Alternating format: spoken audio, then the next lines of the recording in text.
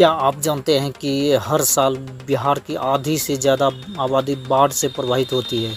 क्या कोसी को बिहार की शोक क्यों कहा जाता है? 2025 में सरकार ने कौन सी नई टेक्नोलॉजी शुरू की है बाढ़ को रोकने के लिए? आज हम बताएंगे आपको बिहार में बाढ़ रोकथाम से जुड़े 35 दमदार जीके प्रश्न और उनके जवाब, जो आपके अगले एग्जाम या इंटरव्यू में काम आएंगे। तैयारी शुरू करें, क्योंकि अब सवाल नहीं छूटेगा। चलिए शुरू करते हैं। नंबर 1, बिहार में बाढ़ का मुख्य कारण क्या है? इसका आंसर गंगा, कोसी, बागमती आदि नदियों को जलस्तर का बढ़ना। नंबर 2, कोसी नदी को कौन सी नाम से जाना जाता है? इसका आंसर बिहार की शोक। नंबर 3, बिहार में सबसे अधिक बाढ़ प्रभावित क्षेत्र कौन सा है? इसका आंसर उत्तर बिहार। नंबर 4, बिहार में बाढ़ रोकने के लिए कौन सी परियोजना मुख्य है? इसका आंसर कोसी परियोजना। नंबर 5, बिहार सरकार द्वारा बाढ़ प्रबंधन के लिए कौन सा विभाग कार्य करता है? इसका आंसर जल संसाधन विभाग बिहार। नंबर 6, बाढ़ से निपटने के लिए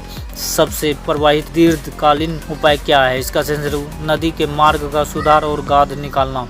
नंबर 7, बिहार में जल जमाव की स्थिति को नियंत्रित करने के लिए क्या उपाय किया जाते हैं? इसका आंसर जल निकासी प्रणाली और पंपिंग स्टेशन। नंबर 8, बाढ़ पूर्व चेतावनी के लिए बिहार में सब कौन सी तकनीक अपनाई जा रही है? इसका आंसर सैटेलाइट और रडार आधारित निगरानी प्रणाली। नंबर 9, बाढ़ के समय कौन सा सरकारी संगठन राहत कार्य करता है? इसका आंसर आपदा प्रबंधक प्राधिकरण। कोसी नदी कहाँ से निकलती है? इसका आंसर नेपाल के तिब्बत पठार से। नंबर 11, नेपाल के बाढ़ नियंत्रण हेतु भारत किस बांध का निर्माण किया? इसका आंसर कुशहा बांध। नंबर 12, बिहार का कौन सा जिला सबसे अधिक बाढ़ प्रभावित होता है? इसका आंसर दरभंगा, सुपौल, मधुबनी। नंबर 13, बिहार में बाढ़ राहत के लिए कौन सी नदी योजना चलाई गई? इसका आंसर मुख्य राहत कोष योजना। नंबर 14, जल ग्रहण क्षेत्र प्रबंधक क्यों आवश्यक है? इसका आंसर बाढ़ को रोकने व जल संचयन करने के लिए। नंबर 15, बिहार में बाढ़ की सबसे बड़ी घटना कब हुई थी? इसका आंसर 2008 ईस्वी में कोसी त्रासदी। नंबर 16, बाढ़ रोकथाम के वनस्पति वृक्षारोपण की क्या भूमिका है? इसका आंसर जल का अवशोषण और मृदा संरक्षण रोकना।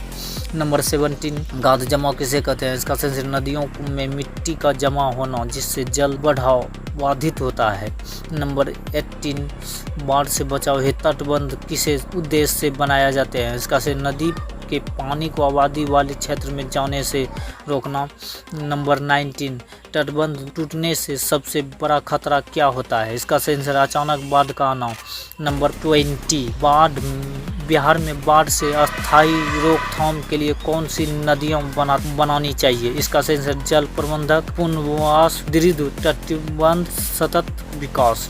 नंबर 21, बिहार में बाढ़ की निगरानी के लिए कौन सा ऐप प्लेटफॉर्म है? इसका आंसर बिहार आपदा प्रबंध ऐप। नंबर 22, बाढ़ प्रभावित क्षेत्र में कौन से फसलें उगाई जाती है?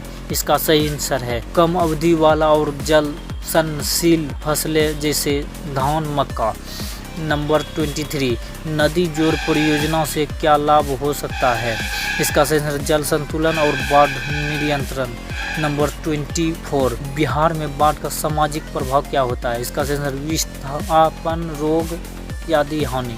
नंबर 25, बाढ़ नियंत्रण हेतु किस अंतर्राष्ट्रीय सहयोग की आवश्यकता है? इसका आंसर नेपाल के साथ जल प्रवाह और बांध नियंत्रण पर समझौते। नंबर 26, बाढ़ पूर्व तैयारी में क्या शामिल होता है? इसका आंसर राहत शिविर, भोजन भंडारण, नाव व दवाई की उपलब्धता। नंबर 27, कौन सी योजना ग्रीष्म क्षेत्र में तटबंधों की मरम्मत कराती है? इसका आंसर मनरेगा। नंबर 28, क्या जल संरक्षण बाढ़ रोक सकता है? इसका आंसर हाँ, जल संचयन व प्रबंधक से पानी का प्रवाह नियंत्रित किया जा सकता है। नंबर 29, बाढ़ से जुड़ा सबसे बड़ा खतरा क्या है? इसका आंसर जान माल की हानि और महामारी। नंबर 30, जल जीवन हरियाली योजना का बाढ़ से क्या संबंध है? इसका आंसर जल संचयन, वृक्षारोपण और मिट्टी कटाव रोककर बाढ़ नियंत्रण। नंबर 31, कौन सी नदी नेपाल से आकर बिहार में सबसे अधिक बाढ़ लाती है? इसका आंसर कोसी नदी। नंबर 32, क्या नदी का पुनः मार्ग नियंत्रण अस्थायी समाधान हो सकता है? इसका आंसर हाँ, वैज्ञानिक रूप से नियोजित हो जाता हो तो। नंबर 33 फ्लड जोन मैपिंग क्या होती है? इसका आंसर बाढ़ प्रभावित क्षेत्रों को पहचान और उसका मानचित्रण। नंबर 34 बिहार में बाढ़ के समय आम नागरिक को कौन सी सहायता करता है?